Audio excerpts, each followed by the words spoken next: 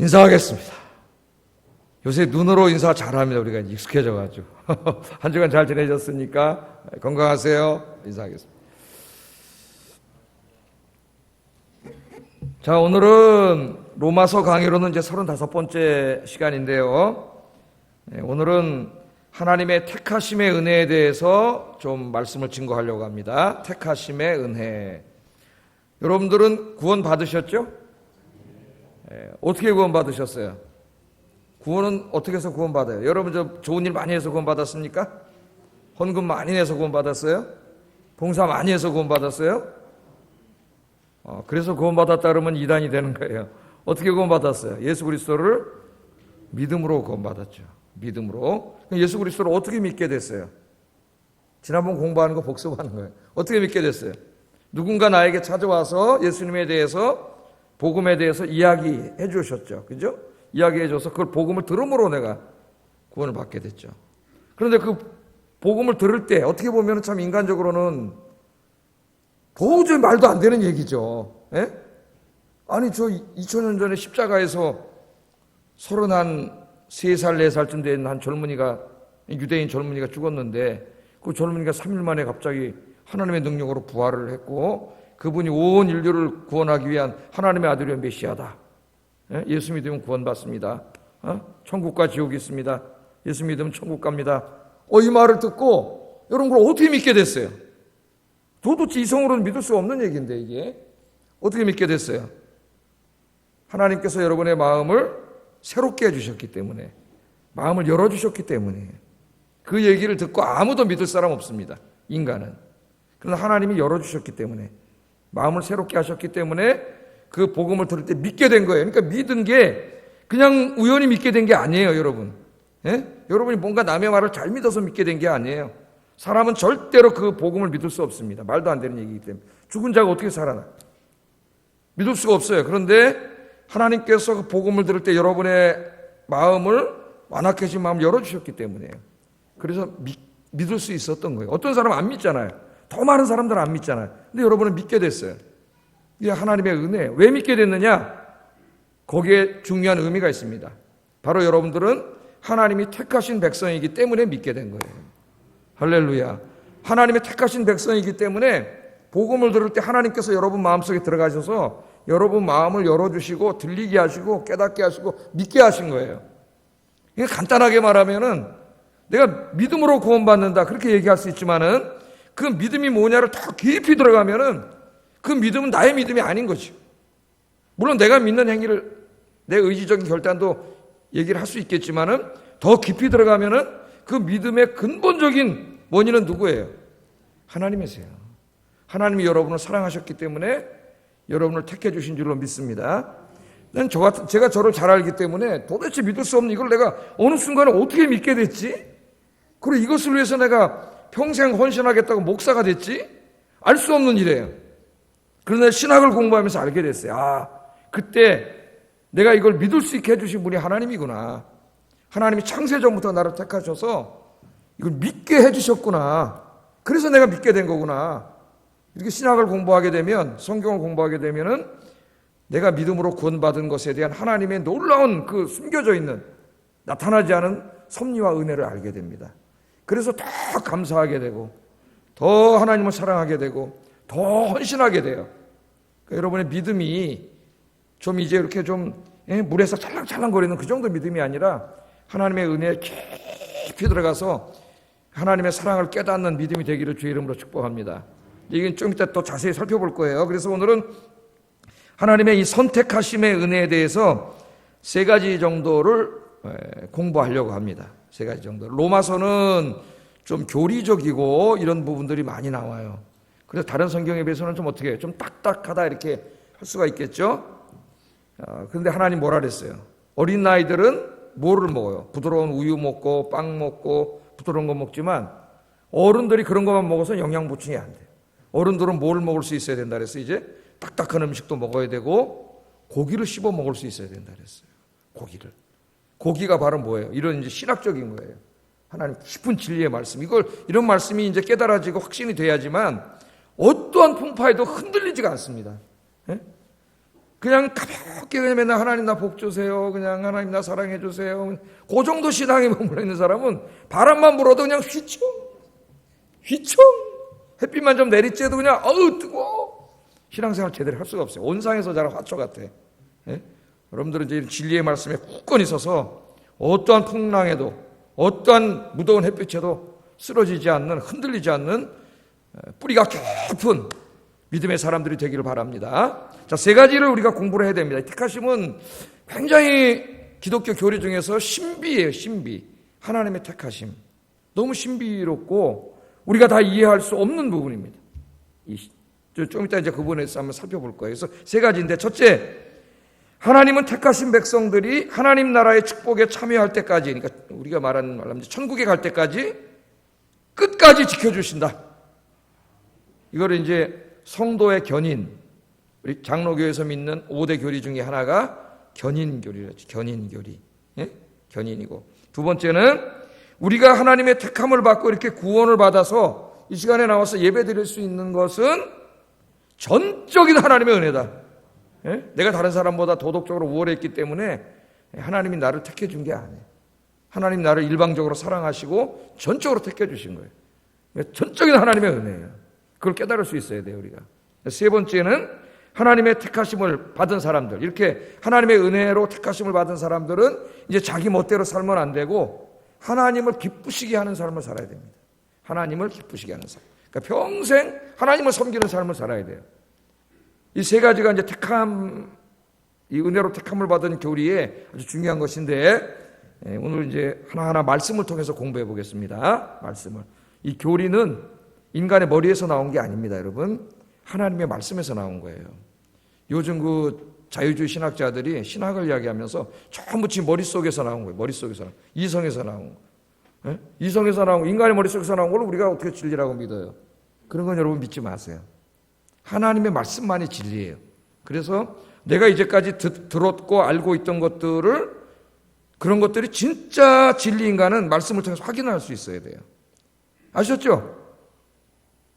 대답을 안 하시네? 예? 확인할 의사가 없으시나? 말씀을 통해서 확인을 해야 돼. 이제 무지몽매하게 무조건 그냥 목사님이 믿으십니까? 아멘! 이건 뭐예요? 예? 뭘 믿는다는 거예요? 하나님의 말씀을 통해서 확인을 해야죠, 여러분들이. 하나님께 좋은 성경 말씀 주셨잖아요. 중세에는 성경이 없어서 확인을 못 해가지고 중세 카톨릭 교회가 거짓말치고 면죄부 팔아먹을 수 있었던 거예요. 왜? 성경이 라틴어로 돼 있어. 중세에는 라틴어로 공부 안 한 사람은 성경을 읽을 수가 없어요. 성경 말씀이 뭔지를 몰라. 어떤 신부들은 신부도 라틴어를 몰라. 알 수가 없어요. 그래서 성도들이 성경을 못 읽는 거예요. 성경을 안 읽으면 미신이 창궐하게 돼 있어요. 미신. 하나님 믿는 사람들이 무당이 돼, 무당. 우리나라 그 무당 점쟁이 비슷하게 된 사람들이 많습니다. 지가 예언한다고. 그러면서. 그 말씀이 없잖아요. 그래서 루터가 성경을 연구하다가, 가톨릭의 가르침이 엄청나게 잘못됐다는 것을 깨달았어요. 깨달았는데 성도들에게 말도 하지만은 결국은 성도들이 바로 서려면은 성경 말씀을 스스로가 읽을 수 있어야 되겠다. 그래서 깨닫고 한 게 성경을 번역한 거예요. 루터는 어느 나라 사람이에요? 독일 사람이죠, 독일. 독일 사람들이 성경을 읽을 수 있도록 독일어로 성경을 번역한 거예요. 그 성경을 번역했는데 그때 또 때마침 하나님이 인쇄술이 막 발전하게 해줘가지고 인쇄술을. 한 권 쓰면 그냥 한 권으로 끝난 게 아니라 인쇄를 할 수 있으면 어떻게 되면 다량으로 나오잖아요. 그래서 성경이 그냥 성도들 손에 탁 들어가고 그래서 종교개혁에 성공할 수 있었던 겁니다. 할렐루야. 말씀 굳건히 잡아야 돼요. 자, 오늘 말씀해 보면 사도 바울이 이런 말로 시작을 해요. 그러므로 내가 말하노니 하나님이 자기 백성을 버리셨느냐? 이런 말로 질문을 합니다. 하나님이 자기 백성을 버릴 수 있는가? 그런 말로 질문을 해요. 왜 이런 질문을 했을까요? 9장부터 공부한 것을 좀 생각해 보세요. 자, 사도 바울이 와서 열심히 복음을 증거합니다. 저 나사렛 예수, 십자가에 못 박혀 죽은 나사렛 예수는 한 사람의 죄인이 아닙니다. 그분은 우리 인간의 모든 죄를 짊어지시고 대속적 죽음을 죽으신 분이고 그분이 3일 만에 부활하셨습니다. 그분이 하나님이 보내주신 메시아입니다. 여러분이 그렇게 기다리던 메시아요, 구원자입니다. 하나님의 아들입니다. 그렇게 선포를 했어요. 그랬더니 이방인들 중에는 상당히 많은 사람들이 예수 믿고 회개하고 돌아왔는데 정작 자기 민족, 하나님의 약속을 받은 것으로 알고 있던 이 이스라엘 사람들, 바울 당시에는 이스라엘 사람들 중에서 유다 지파만 남아가지고 유다인들이라 그러죠. 유다인들. 참 이스라엘 사람들이죠. 그 이스라엘 사람들은 믿질 않는 거예요. 물론 소수의 사람들은 믿었습니다. 그러나 거의 대다수의 사람들이 믿지 않는 거예요. 믿지 않을 뿐만 아니라 예수님을 십자가에 못 박아 죽여버렸어요. 그리고 그 예수님이 메시아의 구원자라고 외치는 바울과 같은 사람들, 초대교회 사람들을 잡아다가 가두고 때리고 막 이랬어요. 자, 그러면 이제 사람들이 이러한 모습을 보면서 마음에 의아한 마음이 생기는 겁니다. 우리는 신약 성경만 갖고 있는 게 아니라 구약 성경도 가지고 있어요. 그죠? 구약 성경을 읽어보면 뭐예요? 저 사람들은 하나님의 택하신 자들이잖아요. 저들의 조상이 아브라함인데 하나님의 아브라함이라고 하는 사람 불러가지고 아브라함과 언약을 맺으면서 내가 너와 내 후손들에게 복을 주고 네 민족이 큰 민족을 이루게 하고 내 언약 백성으로 삼으리라. 하나님 그렇게 약속을 하신 걸로 다 알고 있단 말이에요. 예? 그런데 만약에 그 말씀이 이루어져야 되잖아요. 하나님 약속이니까. 그러려면 당연히 이스라엘 사람들이 예수님을 먼저 믿어야죠. 그런데 대다수의 사람들이 믿지 않는 거예요. 예수님을 거역하는 거예요. 그러니까 사람들의 마음속에 어떤 마음이 드냐면 우리가 구약에서 창세기에서 읽을 때는 분명히 하나님이 이렇게 약속을 하셨는데 그러면 하나님이 약속이 취소된 건가? 하나님이 언약 백성들을 버리신 건가? 그렇게밖에 이해할 수가 없잖아요. 안 믿으니까. 안 믿으면 다 멸망의 길을 가는데, 지옥에 가는데 그렇게밖에 이해할 수가 없잖아요. 그 사람들이 아니 그럼 이것은 하나님이 그 약속을 취소하신 겁니까? 하나님이 자기 백성들을 버리신 겁니까? 그래서 저들이 안 믿는 겁니까? 당연히 이렇게 질문을 해야죠. 우리가 생각이 있는 사람이라면. 이 질문은요, 이들에게만 중요한 질문이 아닙니다. 그럼 역사밖에 안 되는 거죠. 우리에게도 중요한 질문이에요. 왜냐하면 여러분도 하나님의 백성이 됐잖아요. 이제 만일 하나님이 이 아브라함의 후손들로 이루어진 이스라엘 백성들을 버릴 수 있다면, 버릴 수 있다면, 그럼 우리도 버릴 수 있다는 얘기가 되잖아요. 그래요, 안 그래요? 하나님이 이스라엘 백성과 약속을 하셨는데 그 약속을 취소하시고 너희들 자꾸 죄지니까 난 너희들 이제 버릴 거야. 그래서 버릴 수 있다면은 지금 우리도 죄를 짓고 살고 있는데 하나님 우리도 버릴 수 있다는 얘기가 되기 때문에 큰일이 됩니다. 그럼 우리 중 누가 구원을 받을 수 있을까요? 이것이 이제 로마 교인들 비롯한 당시 그리스도인들의 의문점이죠. 바울의 설교를 들으면서. 여러분도 똑똑하셔야 돼요. 기독교는 무지 몽매한 종교가 아니에요. 제가 얘기했죠. 신학은 그냥 되는 대로 말하는 게 아니라고. 과학 이상으로 굉장히 정교한 학문이에요. 물 셀 틈 없는 하나님 말씀으로 물 셀 틈 없이 방어할 수 있는, 그렇게 촘촘히 짜여지는 게 신학이에요. 굉장히 정교한 학문이다. 신학은 이제 목사님들이 서가지고 쉽게 얘기하려고 이제 노력을 해서 그렇지. 신학 그냥 딱딱하게 얘기하면 재미없잖아요. 그러니까 좀 뭔가 이렇게 좀 재밌게 얘기해 보려고. 하여튼 재미있습니까? 대답은 안 하셔야 됩니다. 마스크 쓰고 있으니까 귀찮아가지고 이제 대답 안 하는 거 안 보이니까.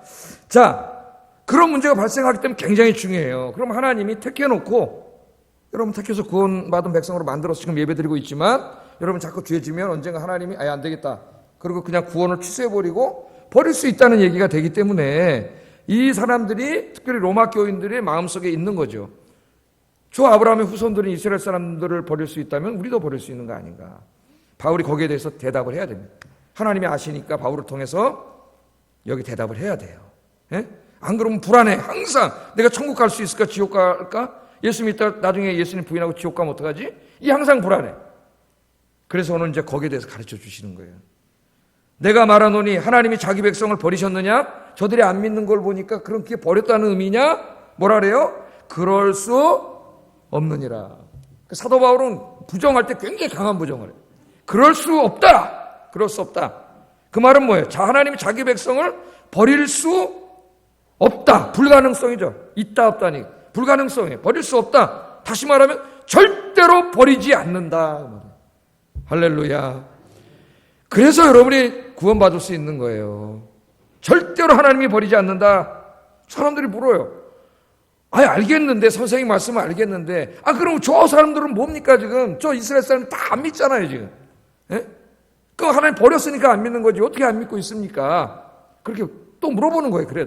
그랬더니 사도 바울이 절대로 하나님은 택한 백성을 버리지 않는다, 끝까지 지켜주신다는 것을 성경적으로 이제 입증을 합니다. 입증을. 항상 최종 권위는 어디에 있어요? 성경 말씀에 있어요. 중세 카톨릭은 왜 잘못됐어요? 최종 권위가 어디 있다고 주장해요? 교회에 있어요. 그들은. 그 교회 최종 권위자가 누구예요? 교황이에요. 교황. 최종 권위자는 교황에게 있습니다. 주교들에게 있습니다. 거기에 대해서 종교개혁자들은 뭐라 그랬어요? 마틴 루터나 칼빈 같은 사람은 아니다. 최종 권위는 하나님의 말씀에 있다. 교황도 하나님의 말씀에 복종해야 된다.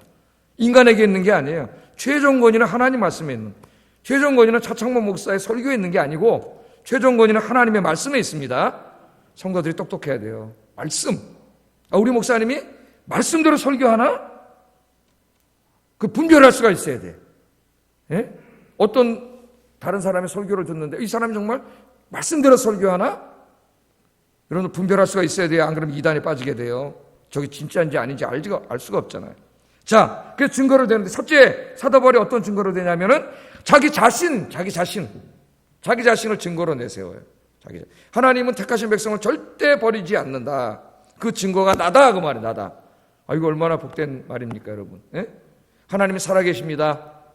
그 증거가 납니다. 나를 봐. 너 나 알잖아. 나 예수 믿기 전에 얼마나 형편없이 살았어. 도덕적으로, 인격적으로 형편없는 사람이었고 맨날 불안하게 살았는데 너 봐, 나 지금 어떻게 됐어? 많이 좋아졌잖아. 행복해졌잖아. 에? 내가 바로 하나님이 살아계시다는 증거야. 나보고 예수 믿어. 그렇게 되기 바랍니다. 그래 진짜 예수 잘 믿는 거예요. 자, 뭐라 그래요? 사도 바울이 나도 이스라엘인이요 아브라함의 씨에서 난 자요 베냐민 지파다.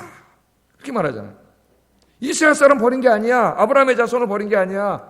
내가 아브라함의 자손 아니냐? 내가 이스라엘 사람이고 아브라함의 자손 아니냐? 내가 12지파 중에 한 지파, 그것도 끝까지 신앙의 지조를 지킨 유다 지파와 베냐민 지파인데 베냐민 지파 사람이 아니냐? 사도 바울이 그렇게 말하는 거죠. 내가 이스라엘 사람 아니냐? 사도 바울이 그렇게 말합니다. 내가 어떤 사람이었냐? 예수 믿기 전에 내가 예수님 박해하던 사람이었지 않느냐? 박해했잖아요, 여러분. 사도 바울이 왜 박해했어요? 저 십자가에서 못 박혀 죽은 저 사형수인 나사렛 예수가 3일 만에 부활했고, 그 부활한 예수가 하나님의 아들 메시아라고 외쳤는데 그것을 이단이라고 생각했어요. 이단이라고 생각했기 때문에 박해한 거예요. 왜냐하면 예수님은 십자가에 못 박혀 죽으셨잖아요. 십자가는 나무죠, 나무. 그런데 신명기에 보면은 나무에 매달려 죽은 자는 저주를 받는 자니라 이렇게 되어 있습니다. 근데 사도 바울은 딱 보니까 나무에 매달려 죽었잖아요. 그래서 유대인들이 나무에 매달아 죽인 거예요. 하나님의 저주받아 죽인 자라고 그렇게 몰아서 죽이려고. 예? 그래서 나무에 달려 죽은 자는 신명기 말씀에 의하면 하나님의 저주를 받아 죽은 자인데 갈라디아서 3장 10절 14절에 나오죠. 예? 저주를 받아 죽은 자인데 저게 어떻게 부활했다고 말도 안 되는 소리라고 하나님의 아들이라고 메시아라고 그러니까 이단이라고 여기 가서 핍박을 한 거죠. 사도 바울이. 어느 정도로 핍박했어요? 예루살렘 교회만 핍박한 게 아닙니다. 얼마나 열심히 있는 사람이냐면은 대제사장한테 가서 공문을 받아가지고 저 다마스커스라는 곳까지 가가지고 거기서 예수 믿는 사람도 잡아서 끌고 오려고 할 정도로 열심히 있는 사람이에요. 그러니까 바울은 이렇게 우리가 쭉 공부해보면은 굉장히 열정적인 사람, 패션에 있다는 사람이에요. 뭔가 맡으면 자기 일을 정말 끝까지 하는 사람이에요. 열정적으로. 그래서 그 사람이 나중에 회개하니까 어떻게 됩니까? 주님을 위해서 땅 끝까지 가서 복음을 증거하는 사람이 된 거예요. 그래서 여러분, 우리 그리스도인들은 열심을 해야 돼요. 열심. 신앙생활 열심히 하기 바랍니다. 열심히 하면 은혜 받아요. 기도도 열심히 하세요. 예배도 열심히 드리세요. 전도도 열심히 하고 봉사도 열심히 하세요. 그 열심히 하는 가운데 하나님의 은혜가 충만히 임해요. 예? 다 인생을 그냥 대충 살지 마세요.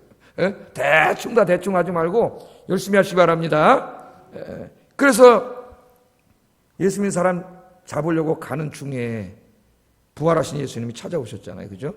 영광의 빛 속에 찾아와서 사울아 사울아 네가 어찌하여 나를 핍박하느냐. 누구시죠? 주님 누굽니까 도대체? 그랬더니 나는 네가 핍박하는 예수다.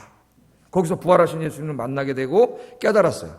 나무에 달려 죽은 것은 저주를 받아 죽은 건 맞는데 예수님 자기의 죄 때문에 하나님의 저주를 받은 게 아니라 누구 죄 때문에?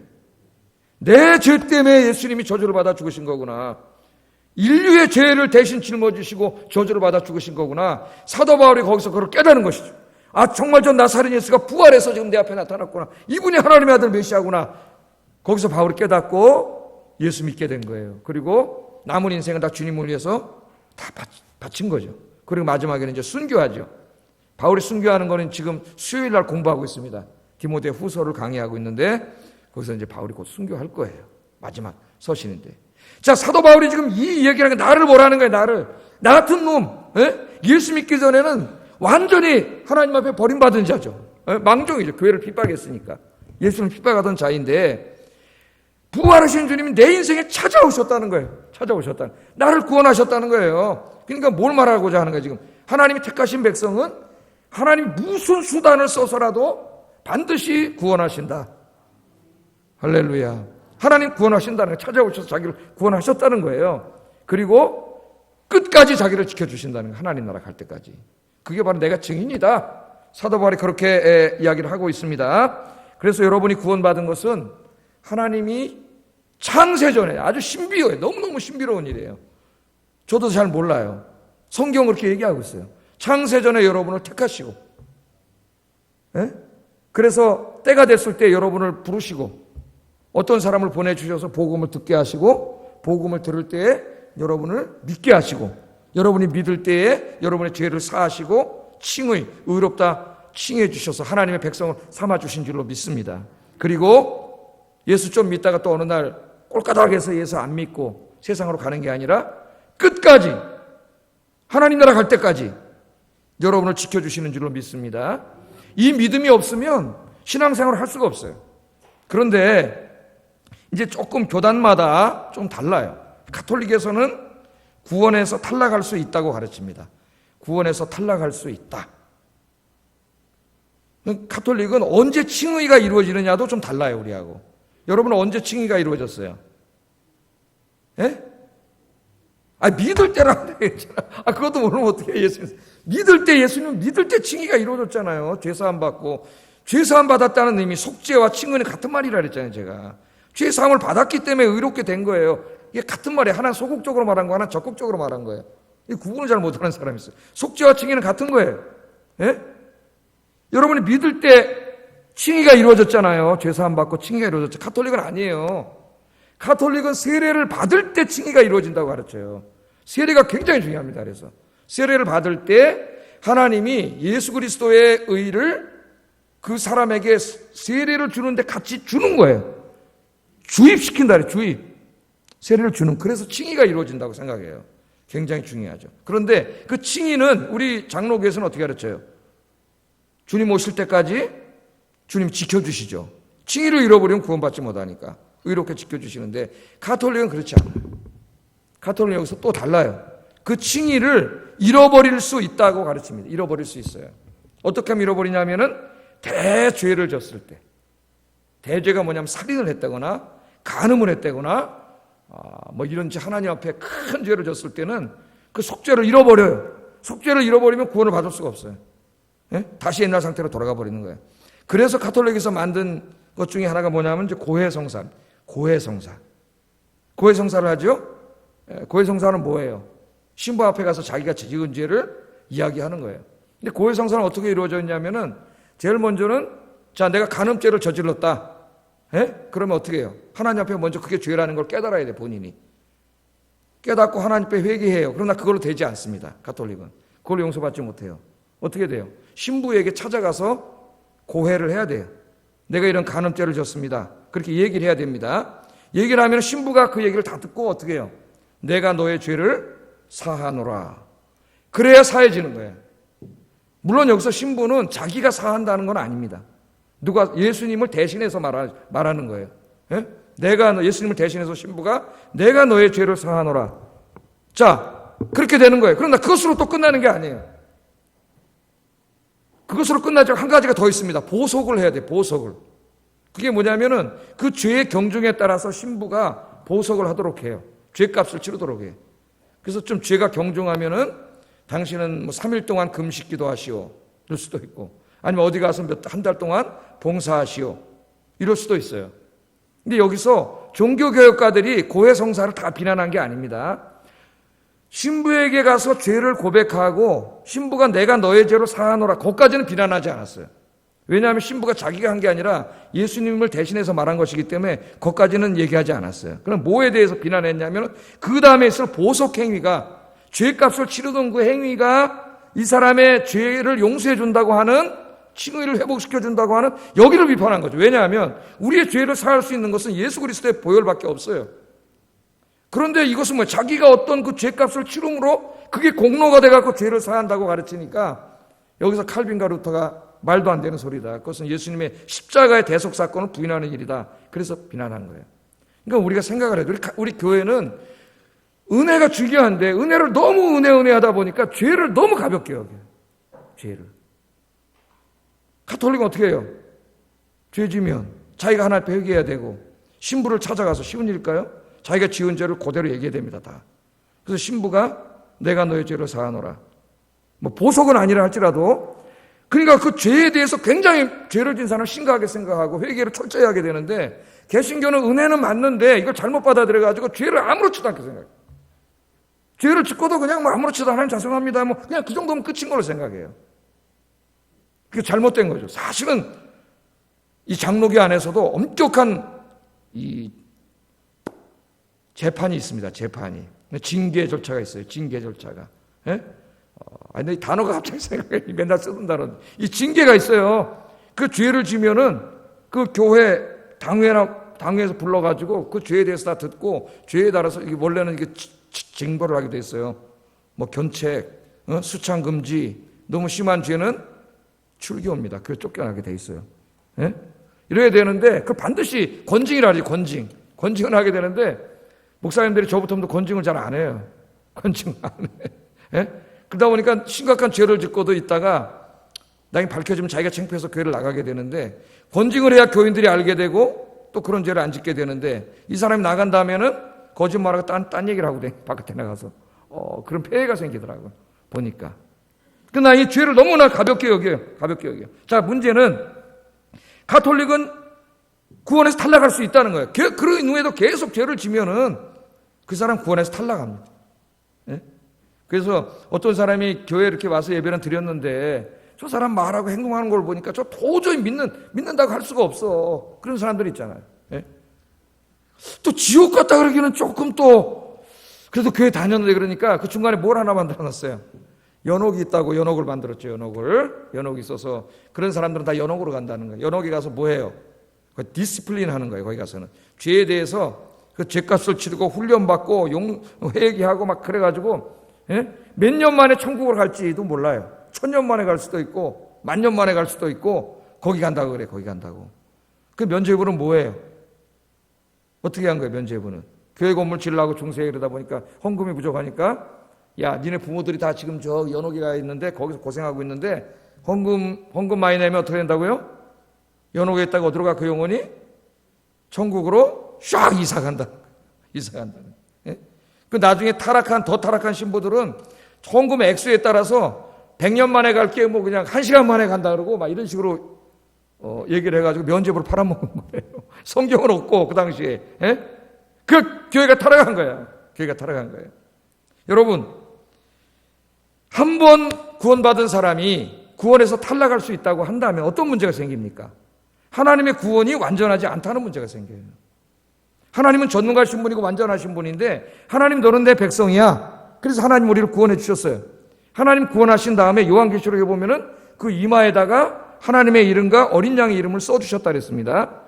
요한계시록 저 컴퓨터에 들어가서 다 들으세요. 굉장히 중요합니다. 여러분 강의를 다 듣고 공부하세요. 이름을 써줘요. 하나님이 인치셨는데 내 백성이라고. 마귀는 우리를 자꾸 죄짓게 하잖아요. 그럼 마귀가 하나님 백성을 뺏어갔다는 얘기밖에 안 돼. 그러면 하나님이 구원한 백성을 마귀에게 뺏길 수 있다는 얘기밖에 안 돼요. 그러면 하나님의 구원 자체가 완전해지지가 않기 때문에 큰 문제가 생겨요. 이 교리 안에. 그래서 종교개혁가인 루터와 칼빈은 견인을 주장한 성도에게, 하나님이 한 번 선택해서 구원해 주신 백성은 절대로 구원에서 탈락하지 않는다.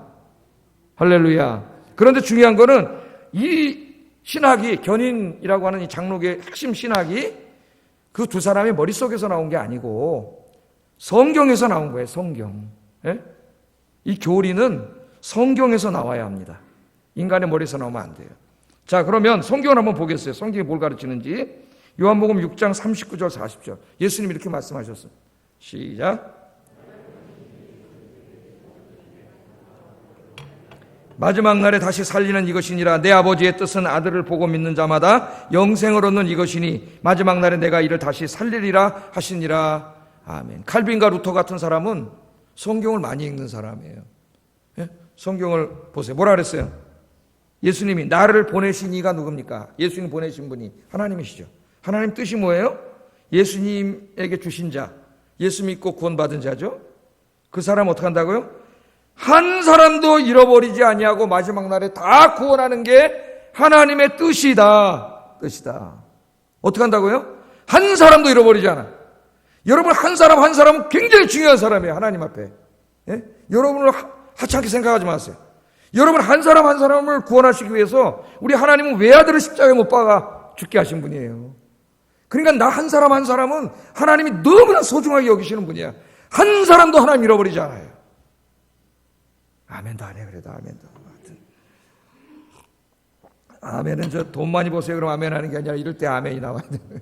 하나님이 한 사람도 잃어버리지 않고 여러분 끝까지 지켜주세요. 사도 바울도 이미 로마서 8장에서 이것을 가르쳐 주셨습니다. 로마서 8장 30절 읽어보겠습니다. 시작. 의롭다 하신 그들을 또한 영화롭게 하셨느니라. 자, 미리 정하신, 예정하신, 택하신 그런 말이죠. 택하신 사람들을 부르신 그들을 의롭다 하시고, 아까 제가 얘기했잖아요. 의롭다 하신 그 거기서 끝나는 게 아니라 여러분 지금 의롭다 받았잖아요. 지금 여러분의 상태예요. 여기서 끝나는 게 아니라 영화롭게 한다는 말은 예수님 재림하신 이후에 하나님 나라에 여러분이 영원한 생명을 얻고 부활해서 영원히 산다는 거죠. 영화롭게 하셨느니라. 이미 이루어진 것처럼 얘기를 했어요. 아직 안 이루어졌는데. 예? 미래 시제를 과거 시제로 쓸 때는 그 미래에 일어날 일이 확실할 때, 100% 확실할 때 헬라인을 과거 시제를 써요. 예? 과거 시제 썼다고 이게 뭐야 그럴 필요가 없어요. 벌써 여러분이 영화로워졌다는 게 아니에요. 영화로워진 사람 한 사람도 없어요. 여기에. 그때까지 하나님이, 그러니까 쉽게 말하면 천국 갈 때까지 하나님이 지켜주신다는 거예요. 예? 왜 이런 말을 강조합니까? 그 다음 또 한번 봅시다. 로마서 8장 35절 39절 읽어보겠습니다. 시작. 내가 확신하노니 사망이나 생명이나 천사들이나 권세자들이나 현재일이나 장래일이나 능력이나 높음이나 깊음이나 다른 아무 피조물이라도 우리를 우리 주 그리스도 예수 안에 있는 하나님의 사랑에서 끊을 수 있느니라? 끊을 수 없느니라. 끊을 수 없느니라. 이 구원은 하나님이 붙잡고 있기 때문에 끊을 수 없어요. 내가 붙잡고 있으면 나는 놔. 계속 놔. 여러분 세상에 가려고 얼마나 놀라 그래요 내가. 나는 놔도 누가 붙잡고 있어요? 하나님이 딱 붙잡고 있기 때문에 하나님의 사랑에서 끊을 수 없어요. 마귀가 아무리 우리를 뺏어가지고 죄짓게 해서 지옥으로 끌고 가려고 해도 성공할 수가 없어. 왜? 누가 지켜주세요? 하나님이 끝까지 지켜주세요. 택하신 백성들은 하나님이 끝까지 지켜주십니다. 예? 여러분이 이 어려운 때에 여기 나와서 이렇게 예배 드릴 수 있는 것도 예? 하나님이 여러분의 믿음을 주시고 지켜주셨기 때문이에요. 할렐루야. 예? 감사하세요. 감사. 나이가 어떻게 이렇게 믿음이 있지? 여러분이 믿음이 있는 게 아니라 하나님 주신 거예요. 하나님. 왜? 택하신 백성이기 때문에, 사랑하시기 때문에 성령님을 통해서 예배에 오게끔 하나님 지켜주신 거예요. 자, 첫 번째 봐요. 에? 자기가 바로 그렇다는 거예요. 자기가 바로 그렇습니다. 하나님 신실한 하나님이다. 내가 그 증거다. 두 번째는 한 가지 증거를 더 댑니다. 이게 뭐냐면 엘리야 시대에 바알 앞에 무릎 꿇지 한 7,000명을 봐라. 뭐 이 이야기는 우리도 잘 알고 있지만은 이 설교를 듣는 사람들은 다 이미 잘 알고 있는 너무나 유명한 이야기죠. 너무나 이야기. 엘리야 시대에 북이스라엘의 많은 사람들이 하나님을 버리고 바알을 믿었습니다. 왕도, 왕비도, 권력자들도 모든 백성들이 다 바알을 믿었어요. 이때 왕이 누구예요? 아합이죠. 아합.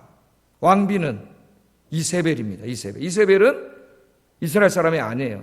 저 시돈은 어디냐면은 바알 종교의 원산지예요. 그 시돈 땅에서 공주를 데려온 거예요. 그 옛날에 왕들이 타락하면 어떻게 해요? 자기 저 외교를 안정시키기 위해서 다른 나라 공주들을 하고 결혼 정책을 쓰죠. 예? 결혼 정책을 써서 외교적인 평화를 이루려고 했는데 하나님 이렇게 하지 말라 그랬는데 데려왔어요. 이세벨이 온 거예요. 여러분 한 집에 한 사람이 온다는 것은 그 사람 개인 그냥 한 사람이 온 게 아닙니다. 잘 아셔야 돼요. 그 사람이 평생 동안 살아왔던 종교, 역사, 가정사, 생각 모든 것이 다 따라오는 거예요. 그걸 우리가 생각 안 할 때가 있어요. 그 여자가 올 때 뭘 가져와서 시돈 땅에 바알신을 가지고 왔죠. 예? 그래서 온 이스라엘 하나님의 땅에 하나님 전을 다 헐어버리고 바알신을 다 세워놨어요.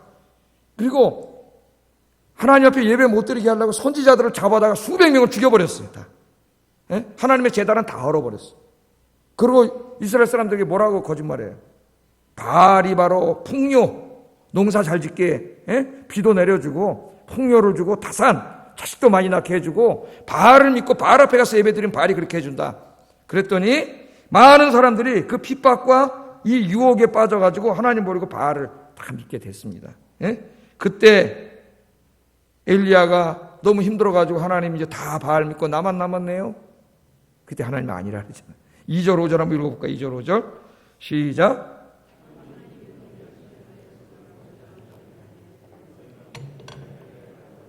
알지 못하느냐? 그가 이스라엘을 하나님께 고발하되 주여 그들이 주의 선지자들을 죽였으며 주의 제단들을 헐어버렸고 나만 남았는데 내 목숨도 찾나이다 하니 그에게 하신 대답이 무엇이냐? 내가 나를 위하여 바알에게 무릎을 꿇지 아니한 사람 7,000명을 남겨두었다 하셨으니 그런즉 이와 같이 지금도 은혜로 택하심을 따라 남은 자가 있느니라.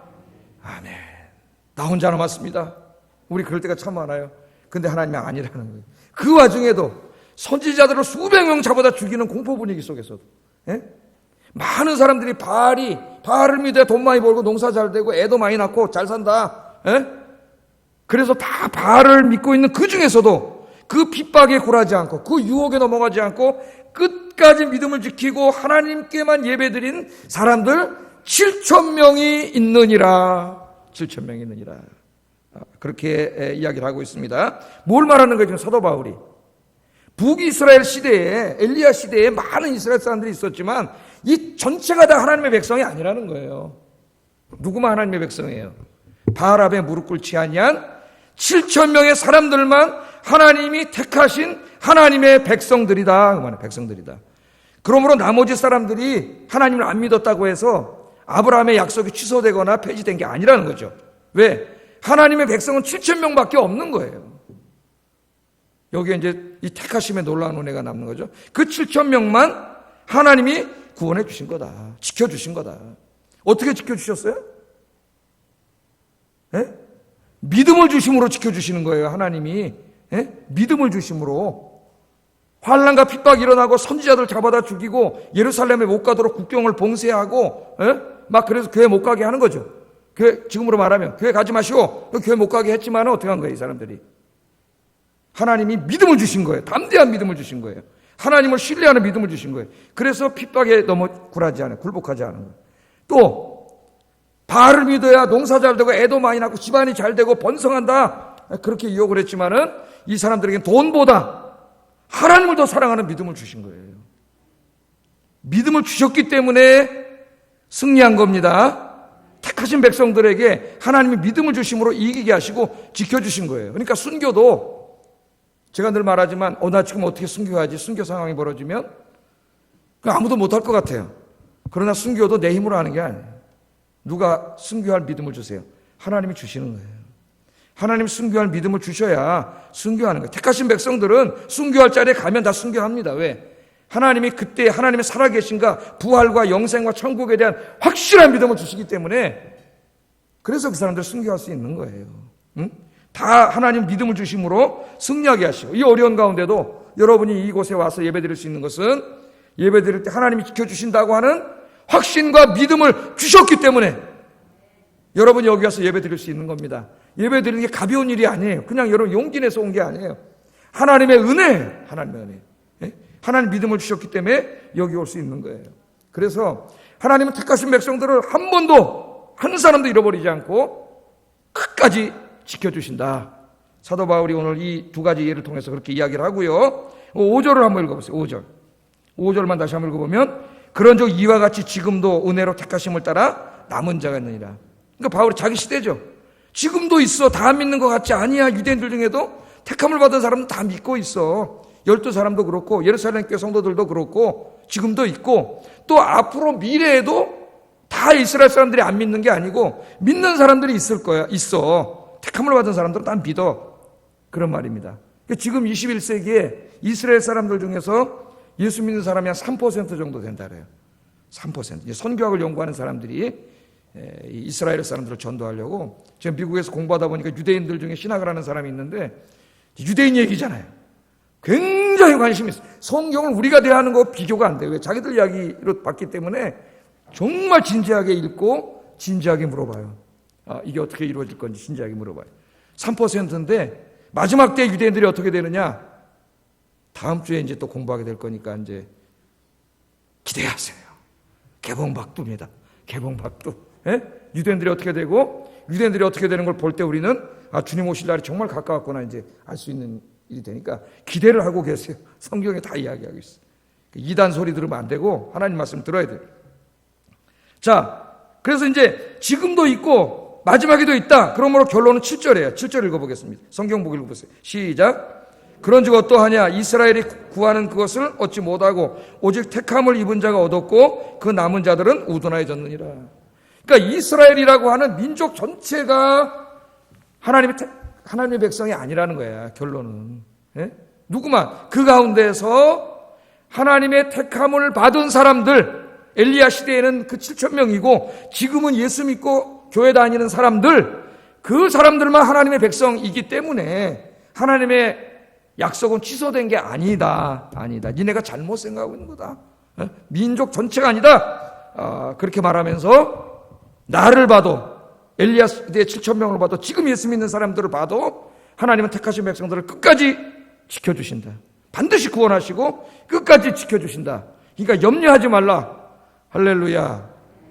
왜 이걸 이렇게 강조하겠어요? 로마 시대는 예수 믿는 게 편안한 시대가 아닙니다. 우리가 잠깐 경험했죠. 조금. 교회 가지 말라고 하도 정부에서 뭐라 그래가지고 2달 동안 그런 것을 경험했는데 그 정도가 아니에요. 이 시대에는. 너무나 힘들어요. 감옥에 갈 수도 있어요. 예? 그런데 이렇게 예수를 내가 잘 믿는 것 같은데 그 감옥에 끌려가서 신문당하다가 무서워가지고 나 예수 안 믿는다고 부인하면 어떡하지? 그럼 나 구원받지 못하는데 지옥 가는데 이렇게 불안해하고 있기 때문에 사도 바울이 예정론을 가르친 거예요. 그런 일은 벌어지지 않는다는 거예요. 네가 두려워하지 말라는 거예요. 왜? 택하신 백성은 그 앞에 서더라도 하나님이 믿음을 주셔서 담대함을 주셔서 반드시 이기게 하시고 끝까지 구원받게 하시니까 염려하지 말거라. 아멘. 그래서 원래의 이 예정론은 구원론에서 가르치던 거예요. 바울도 그렇고 칼빈도 그렇고 구원론에서 가르쳤어요. 그런데 나중에 이 칼빈이 죽은 다음에 칼빈의 제자 중에 베사라고 하는 사람이 칼빈 신학을 정리하면서 이 예정론을 구원론에서 쑥 빼다가 저기 신론에다 갖다 놨어요. 그러니까 하나님이 저 태초부터 택하신 자들 있고 유기한 자들 있고 이렇게 사고를 하다 보니까 오늘 우리가 굉장히 혼란스러운 거예요. 사실은 이 예정론은 하나님이 구원받은 자들을 끝까지 지켜주시고 천국에 이르게 하신다고 하는 이 확신을 주기 위해서 환난 중에 예수 믿는 사람들을 위로하시기 위해서 주신 말씀이에요.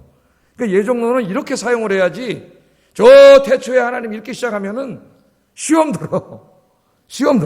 예? 이 예정론은 굉장히 신비. 예? 하나님 신비해. 그러나 어떤 사람이 그러죠. 그럼 하나님이 다 예정해놓고 택함을 다 택해놓고 그랬다면은 하나님이 오늘 9장에도 나오듯이 하나님이 불의하신 거 아니냐? 불공평한 거 아니냐? 그렇게 생각을 할 수가 있죠. 그러나 우리는 잘 몰라요. 너무나 신비로운 거지만 분명히 알 수 있는 것은 하나님께서는 우리를 구원하시기 위해서 독생자 외아들을 주셨다는 거예요. 독생자 외아들을. 그래서 그걸 볼 때 하나님의 택하심에는 어떠한 공의나 사랑에 조금도 문제가 있지 않다. 우리는 그걸 깨닫게 됩니다. 우리가 다 이해하지 못할 뿐이지. 우리는 어떻게 돼요? 택함받고 구원받고 끝까지 하나님 지켜주시기 때문에 이 놀라운 은혜 확신하면서 늘 감사하면서 또 감사하면서 사시기를 주의 이름으로 축복합니다. 자, 그러면 그 다음에 이제 두 번째는 그럼 하나님께서 그 많은 사람 중에서 왜 우리를 택해 주셨느냐? 그겁니다. 내가 다른 사람보다 좀 도덕적으로 우월한 삶을 살았기 때문에 하나님이 다 아시고 너를 내가 택할게. 그런 거냐? 그런 거예요? 그러면 우리 구원받은 게 나 때문에 받은 거지. 그죠? 하나님의 은혜가 아니잖아요, 그러면. 그게 아니라는 거예요. 6절 읽어보겠습니다. 시작. 6절. 5절부터 5절 6절인가 보다. 5절 6절 시작. 그런즉 이와 같이 지금도 은혜로 택하심을 따라 남은 자가 있느니라. 만일 은혜로 된 것이면 행위로 말미암지 않음이니 그렇지 않으면 은혜가 은혜되지 못하느니라. 그러니까 여러분이 택함을 받은 거 여러분도 모르는데 하나님 택하신 거예요. 이것은 전적인 하나님의 은혜라는 거예요. 하나님이 여러분을 사랑하셔서 무조건적으로 하나님이 여러분을 택하신 거예요. 택하신 거예요. 그러니까 전적인 하나님의 은혜. 인간의 어떤 공로가 1도 없는 겁니다. 요새 애들 말로 하면 1도 없는 거예요. 전적인 하나님의 은혜. 그래서 이 하나님께서 내게 주신 가장 큰 은혜는 나를 택하셔서 예수 믿고 구원받게 해주신 거예요. 여기에 놀라운 하나님의 사랑이 있어요. 사랑이.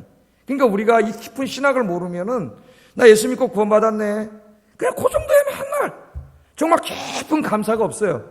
그런데 우리가 예수를 믿게 되고 이런 이제 교리들을 공부하고 성경을 더 깊게 공부하다 보면은 나 하나를 구원하시기 위해서 하나님이 창세전부터 계획을 세우시고 그 계획을 이루기 위해서 예수님을 보내주시고 외아들을 또 때가 되면 여러분 인생에 어떤 사람을 보내주시고 그 사람이 입을 열어서 여러분의 복음을 증거하게 하시고 여러분이 들을 때 하나님이 총명을 열어주셔서 복음을 믿게 해주시고 그래서 여러분을 구원하게 해주신 이 엄청난 하나님의 이 움직임이 있었던 거죠.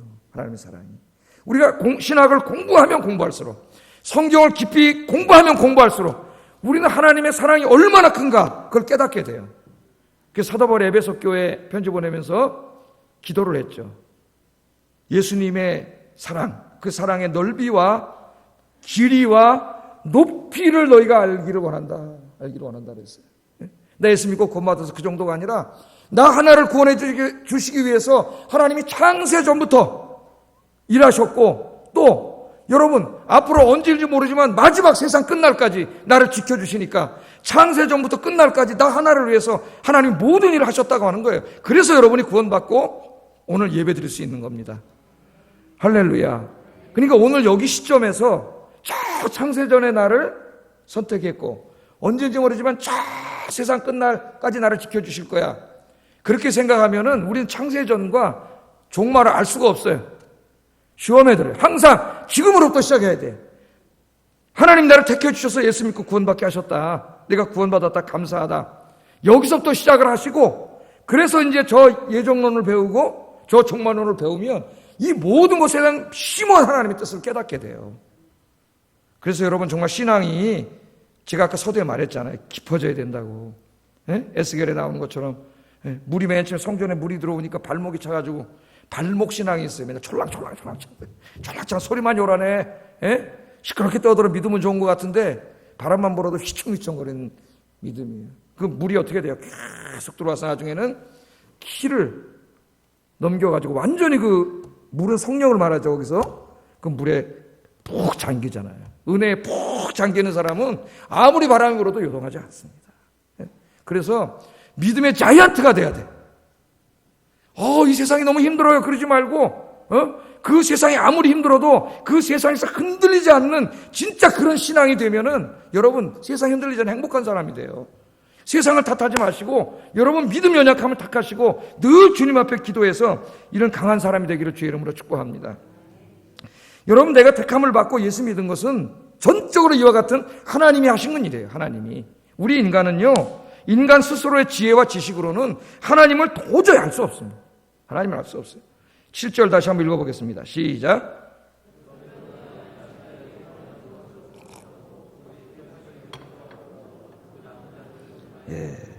자, 이스라엘은 구하는 것을 얻지 못하고 오직 택하심을 얻은 자가 얻었고, 그러니까 이스라엘 중에 택함을 받은 사람만 하나님의 백성이라는 말이에요. 나머지 이스라엘 사람들은 우둔해졌다 그럽니다.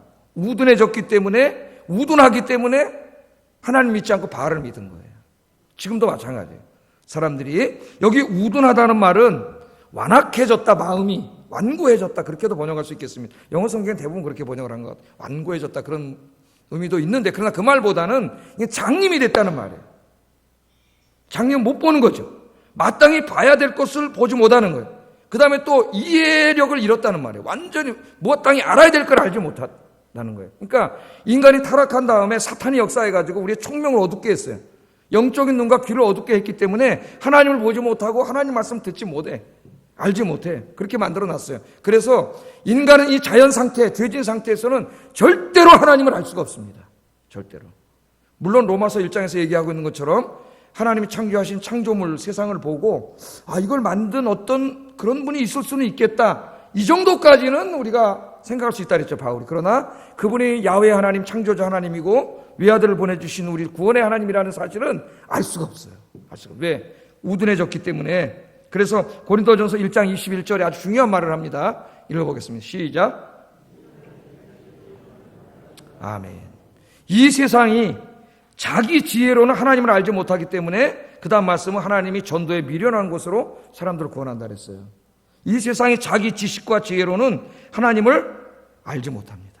절대로 알 수가 없어요. 자, 예를 들어서 하나님이 창조하신 우주 만물을 바라보고 천체 물리학자들이나 물리학자들이 공부를 한다고 생각해 보세요. 다 공부를 하면서 물리학의 법칙을 공부하고 우주의 법칙을 공부하고 다 공부했다 할지라도 그 우주의 법칙은 몇 개 알 수 있을지 모르지만 그 우주를 만드신 분, 창조주 하나님은 알지 못하는 거죠. 오늘 물리학자들이 알아요? 몰라요. 하나님이 창조하신 걸 보고도 하나님 알 수 없어요. 또 생물학자들이 공부를 해가지고 세포를 공부해서 다 게놈 지도를 다 연구하고 생명의 지문을 다 연구해서 생명의 그 비밀을 다 연구하고 있잖아요, 지금. 그런다고 그들이 생명을 창조하신 하나님을 만납니까? 만나지 못해요. 알지 못해요. 이게 그 말이에요. 인간의 지혜와 지식으로는 인간은 스스로 하나님 앞에 갈 수가 없고 하나님 알 수가 없어요. 도저히 알 수가 없습니다. 여러분, 신학과 철학과 종교학을 다 공부해도 마찬가지예요. 철학을 공부하고 종교학을 공부해서 이 세상에 존재하는 모든 종교를 다 연구했다 할지라도 하나님을 만날 수 없어요. 심지어는 신학을 공부했다 할지라도 하나님을 만나지 못합니다. 그래서 오늘날 서구의 많은 신학자들이 예수님을 안 믿어요. 예수님이 하나님의 아들이라는 거 안 믿고 부활한 거 안 믿고 최후 심판도 안 믿고 천국과 지옥이 있다는 것도 안 믿어요. 신학을 학문으로만 공부한 거예요. 학문으로, 종교학으로만. 그래서 정말 공부는 엄청나게 많이 했어요.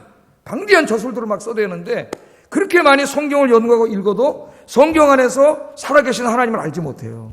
만나지 못해요. 할렐루야. 제가 그걸 공부하면서 정말 하나님 앞에 감사한 게 그겁니다. 야, 나는 저 사람들에 비하면 머리도 굉장히 안 좋고 지식도 딸리는데 하나님이 나는 이 성경을 연구하고 신학을 공부하다가 그 안에서 살아계신 하나님을 알게 하시고 만나게 하신 거예요. 할렐루야. 그 여러분도 마찬가지예요. 그러니까 제가 지금 뭘 강조하고 싶은 겁니까? 내가 예수 믿고 구원받았다고 하는 것, 하나님을 만났다고 하는 것이 이것이 그냥 이루어진 게 아니라는 거예요. 인간은 알 수 없다는 거예요. 하나님이 개입하셨기 때문에, 하나님이 여러분 사랑하셔서 총명을 열어주셨기 때문에, 볼 수 있는 눈과 귀를 열어주셨기 때문에 여러분이 주님을 믿게 된 줄로 믿습니다. 그래서 8절 10절 한번 읽어보겠습니다. 시작.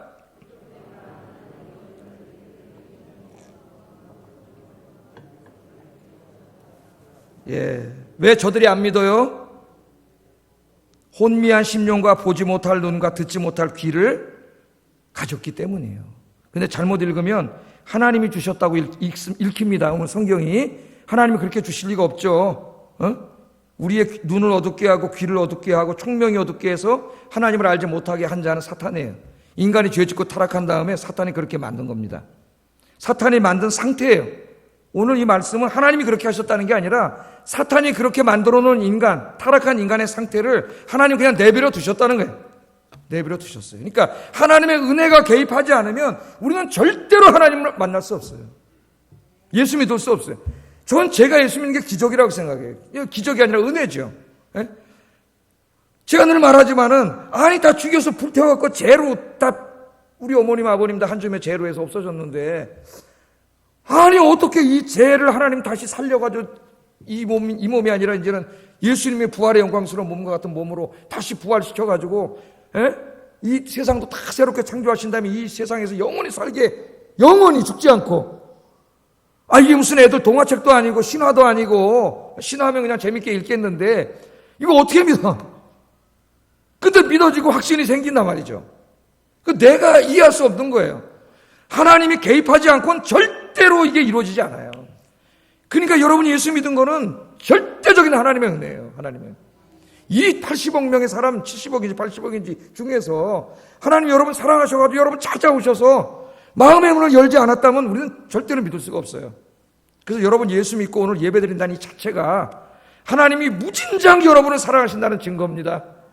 할렐루야. 근데 왜 이렇게 어깨 이루고 사세요? 왜? 돈 좀 없다고 왜 이러고 살고 걱정하고 염려하고 그러세요? 하나님 이렇게 사랑하시는데 여러분 뭐 굶겨 죽일까 봐 그러십니까? 예? 코로나 바이러스 걸려서 죽일까 봐 그러세요? 외아들까지 주셨는데 뭘 못 주겠어요 하나님이? 하나님 의지하고 사시기를 주의 이름으로 축복합니다. 그러니까 이 은혜를 깨달으면은 모든 게 감사해. 그래서 바울이 범사에 감사하라. 살다 보면은 어떻게 범사에 감사해요? 예? 인간은 못해요. 이 은혜를 깨달을 때만 할 수 있는 거예요. 은혜를 깨달을 때만. 여러분 그래서 감사가 넘치기를 주의 이름으로 축복합니다. 예, 하여튼 요새 오후 예배가 없으니까 길게 해도 됐었던지 마지막으로 그러면 이 놀라운 하나님의 은혜로 구원받은 사람은 어떻게 살아야 되냐 이게 중요한 거죠. 이제 마지막으로 구원은 전적인 하나님의 은혜네. 또 끝까지 하나님이 지켜주신다 그랬네. 그럼 나 구원 받은 건 따나온 당상이잖아요. 이제 난 마음대로 살아도 되는구나. 그렇게 생각하는 사람은 구원받지 못한 사람이에요. 그렇게 생각한다면 우리 기독교 구원파 이단하고 별로 다를 게 없습니다. 여러분 정말 성령이 역사하셔서 우리의 총명을 열어주시고 들을 귀와 볼 수 있는 눈을 열어주셔서 구원받게 하신 사람들은 성령님이 우리 안에 역사하시면서 우리로 하여금 하나님을 기쁘시게 하는 삶을 살고자 하는 욕망과 소망을 막 일으켜주세요. 그게 구원받은 증거예요. 여러분의 구원받은 증거. 막 일으켜주세요. 그걸 좀 다르게 말하면 우리의 관점에서 말하면 우리들은 구원받은 하나님의 은혜로 구원받은 사람은 남은 인생을 이제 옛날처럼 막 죄짓고 세상에 막 빠져서 사는 게 아니라 정말 하나님을 위해서 남은 인생을 바울처럼 저 7천 명의 사람들처럼 그렇게 신실한 성도로 살아갑니다. 살아가요. 살아가려고 노력하고 애써요. 양면성이 있어요. 양면성이. 이게 우리가 하나님의 구원받은 사람이 지은 거예요. 7천 명. 아까 엘리야가 다 떠나고 나만 남았습니다. 아니에요. 항상 시대마다요. 정말 믿음이 있는 사람들이 있습니다. 이때 이 7천 명이 있었어요. 7천 명이 내가 나를 위하여 4절에 바알에게 무릎을 꿇지 아니한 7천 명을 남겨뒀다. 7천 명을 남겨뒀다. 요즘도 그래요. 요즘도. 제가 군에 가서 그걸 느꼈다 그랬죠. 저도 신앙생활을 잘했지만 제가 제일 잘하는 줄 알았어요. 그랬더니 진짜 믿음 좋은 청년들이 많더라고. 군에 가면은 입대하면서 믿음을 완전히 잃어버리는 애가 있고 더 신앙이 좋아지는 애가 있어요. 그래서 환난과 핍박이 오면 딱 알곡과 가라지가 나뉩니다. 진짜 신자와 가짜 신자가 딱 나. 중간은 없어져요. 거기서는. 환난과 핍박이 오면은. 군대 가니까 중간이 없어요. 그래서 교회 그냥 왔다 갔다 하는 애들은 군대 가면 매 맞고 옛날엔 그렇게 힘드니까는 담배를 배우더라고요. 담배를. 처음 했으니까 나중에 담배 피는 사람인데. 끝까지 믿음을 지키죠. 믿음을 지키는데 하여튼 훈련소에서는 2주까지는 교회를 못 가게 해요. 교자도 못 가요. 저 못 갔어요. 근데 나중에 들어보니까 한 사람은 얘기가 들려오는데 찾아가가지고 주일날이니까 교회 가게 해달라. 주일 지킨다고. 근데 못 갔죠. 군대법이 안 되니까. 그러나 저는 그런 말을 못 했는데 훈련소에서는 할 생각도 안 했어요. 그 얘기를 했다는 거예요. 부끄러웠어요. 야, 나보다 더 훌륭한 믿음의 청년이 있구나. 주일날은 라면을 먹으면은 항상 대부분 주일날 가서 빠따를 맞습니다. 고참들한테. 다른 날은 바빠서 이제 못 때리고 주일날 라면 먹고 1시간 더 자요, 잠도. 라면 먹고 이제 집합에 넷포상, 우리는 넷포상. 하나, 둘, 1, 2, 3, 4 그리고 포병은 하나, 둘, 3, 넷, 5, 6, 7, 8, 9, 0, 0, 5, 8, 7, 6, 5, 2, 3, 넷 하나. 이렇게 해요. 하나, 둘, 셋, 넷, 그건 헷갈리잖아. 매아지면 그 집합에서 맞아요. 빠따 수입봉대로 막 팍팍 맞습니다. 얼마나 아픈지 아십니까? 빠따로 맞으면은 이 수입봉대 쇳덩어리인데 한 대 맞으면 빽! 한 대 맞고 쓰러지면 엄살 부린다고 더 맞아요. 그 어떤 애는 버티다 8대 맞는 놈도 봤어. 미련한 놈이. 딱 보니까 난 4대만 맞고 쓰러지자. 4대 맞고 쓰러지면 안 때려 더 이상. 4대 맞고 쫙 뻗어버리는 거야. 근데 다른 부대의 얘기를 들어보니까 미리 찾아와가지고 저 교회 가야 되니까 미리 때려달라 그랬대. 그런 청년이 있대요. 그런 청년. 믿음이 정말 좋은 청년. 하여튼 뭐 저도 군대 군대 가서 주일날, 수요일날 예배 빠져본 적이 없습니다. 수요일로 다 그냥 빠져본 적이 어떤 금요일날도 구령 예배도 드린 적도 있어요. 철야기도 한 적도 있어요. 그렇게 열심히 예배를 드렸는데 우리 주한이도 군대 갔더니 수요일날 교회 갈 날에 교회 가잖아요. 예? 수요일날 교회 갈 날 했더니 이등병은 못 가는 거야. 혼자는. 누가 하나 데리고 가야 돼. 내가 한번 얘기를 해드렸잖아요. 그 법이 그래, 군대법. 이등병 길 잃어먹는다고 안 보내줘요. 그 얘가 이러고 있으니까 거기 상병 하나가 오더니 양심의 가책을 받아가지고 교회 다니는데 수협이 안 간 거야, 얘가 교회 가서는. 양심의 가책을 받아서 와가지고 지원아, 내가 제대할 때까지 너 데려갈게. 그래서 두 놈의 교회를 다녔다는 거야, 수요일날. 예?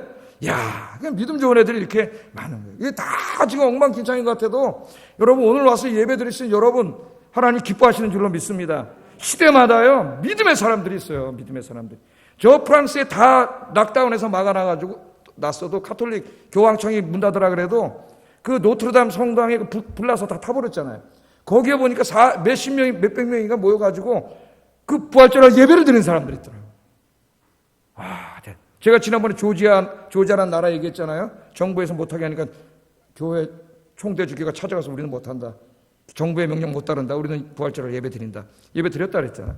그래서 정말 겉모습만 보고는 모른다. 진짜 믿음의 사람들이 있어요. 그 사람들은 하나님 택하신 백성들이에요. 그래서 여러분 주님 오실 때까지 이제 여러분은 이 은혜로 택하심을 받은 사람들이기 때문에 남은 인생을 주님을 위해서 살아가시기를 주의 이름으로 축복합니다. 제가 몇 가지만 지침을 드리겠어요. 지침을. 첫째, 오늘부터 이렇게 살아야 돼요. 돈보다 세상보다 하나님을 더 사랑하여. 쉽지 않죠? 사랑하여 여호와 하나님만 예배하는 삶을 삽시다. 두 번째, 하나님 말씀 듣고 배우고 묵상하는 일에 힘써서 그 말씀대로 순종하여 삽시다. 세 번째, 사탄의 시험에 들지 않도록 기도로 하루를 시작하고 기도로 하루를 마감하는 삶을 삽시다. 다 외우셨죠? 네? 넷째, 하나님께서 부탁하신 복음 전파와 교회를 섬기는 일에 이제 남은 인생 힘쓰며 삽시다. 그게 바알 앞에 무릎 꿇지 않은 7,000명의 삶이에요. 여러분들이 그런 분들이 되기를 주의 이름으로 축복합니다. 기도하겠습니다.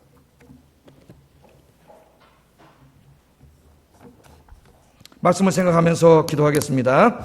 정말 놀라운 하나님의 은혜, 창세전부터 저 종말까지 우리 하나를 구원하기 위해서 하나님은 엄청나게 많은 계획을 세우시고 일하신 이 놀라운 하나님의 이 구원의 은혜의 그 사랑의 넓이와 깊이와 길이를 내가 충만히 깨닫고 늘 감사하는 삶을 살게 해주세요.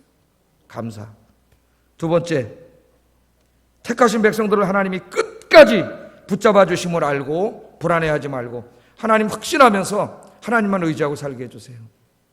세 번째, 엘리야 시대의 바알 앞에 무릎 꿇지 않은 7,000명처럼 이 시대 앞에 무릎 꿇지 않고 하나님을 섬기는 삶을 살게 해주세요. 기도하겠습니다.